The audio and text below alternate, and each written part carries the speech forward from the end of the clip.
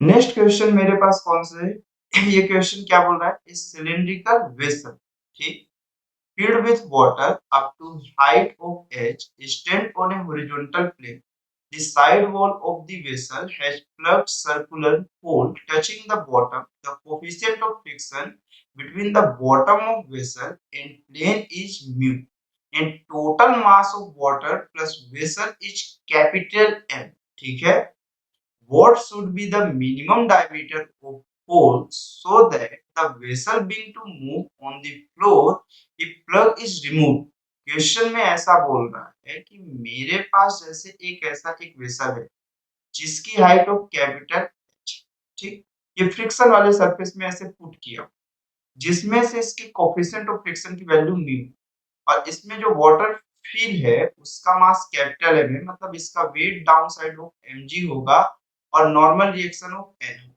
तो जो friction of forces, अब मेरे पास इसके बॉटम में एक टैप है, ये टैप अभी लगा हुआ है, ठीक है, लेकिन जैसे ही मैं इसे छोड़ूंगा मतलब ओपन करूंगा तो ये मेरे पास इस डायरेक्शन में वाटर निकलना स्टार्ट करेगा और इसके अपोजिट डायरेक्शन में फोर्स लगेगा। अब फोर्स की डायरेक्शन ये है तो फ्रिक्शन ऑफ फोर्सेस की डायरेक्शन ये आ जाएगी और फ्रिक्शन ऑफ फोर्सेस तो मेरे पास ये बोल रहा है कि क्वेश्चन में what should be the minimum diameter, तो ये मिनिमम डायमीटर की वैल्यूएशन कितनी हो जाए कि so that vessel being move to the floor, मतलब डी की वैल्यू मैं मिनिमम कितना लूं कि जिससे ये मेरे पास क्या करना स्टार्ट कर दे, मूव करना स्टार्ट कर दे। ठीक, तो देखिए फ्रिक्शन ऑफ फोर्सेस की वैल्यू आपको मालूम है कि म्यू डॉट ऑफ mg होगी।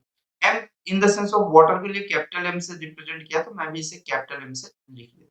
ठीक है, अब देखिए कैपिटल mg मिनिमम ऑफ मेरे पास होना चाहिए क्योंकि अब अगर मैं डायमीटर को इंक्रीज करते जाऊं वेलोसिटी बढ़ती चली जाएगी। सॉरी, डायमीटर ऑफ मेरे पास अगर ये चीज आप देखिए तो ये जो फोर्स की वैल्यू है ये कितनी होती है मेरे पास, density into area dot of velocity का स्क्वायर।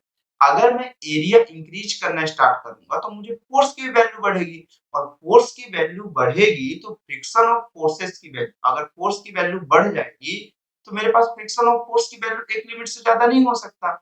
मेरे पास फोर्स की वैल्यू अगर Fs से ज्यादा है तो मेरे पास ये सभी कंडीशंस पे मेरे पास इसी डायरेक्शन पे है, वो मिनिमम ऑफ अमाउंट बोला कि जिससे बॉडी को क्या करना स्टार्ट कर जाए, मूव करना स्टार्ट कर। देखिए मिनिमम कंडीशंस पे आपको ये मालूम है कि अप्लाइड फोर्स की वैल्यू फ्रिक्शन ऑफ फोर्स के जस्ट कैसी होनी चाहिए, इक्वल होनी चाहिए। अब बॉडी जस्ट मूव करने के लिए कैसा है, केपेबल।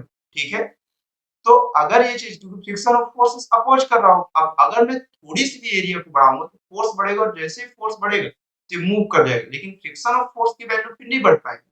अब मैं रेडियस की वैल्यू चाहे जितना भी बढ़ा दूं लेकिन फ्रिक्शन ऑफ फोर्सेस मुझे कभी भी नहीं बढ़ पाएगा। फ्रिक्शन ऑफ फोर्स सिर्फ इसी लिमिट तक इसको रोक पाएगा, इसके बाद अब जो भी एरिया होगी या डायमीटर होगी, मिनिमम डायमीटर वो है, उसके बाद हर कंडीशन में वो मूव ही करता हुआ दिखेगा। ठीक, एफ की वैल्यू कितना है, rho dot of a dot of v square is equal to f s की value mu dot of m dot of, sorry mu dot of capital m dot of कितना हुआ जी, ये डेंसिटी हुआ और area की जो वैल्यूएशन है questions के अकॉर्डिंग वो एरिया की वैल्यू ऑफ हमारे पास कितनी हो गई, मैं ये कंसीडर कर लिया पाई।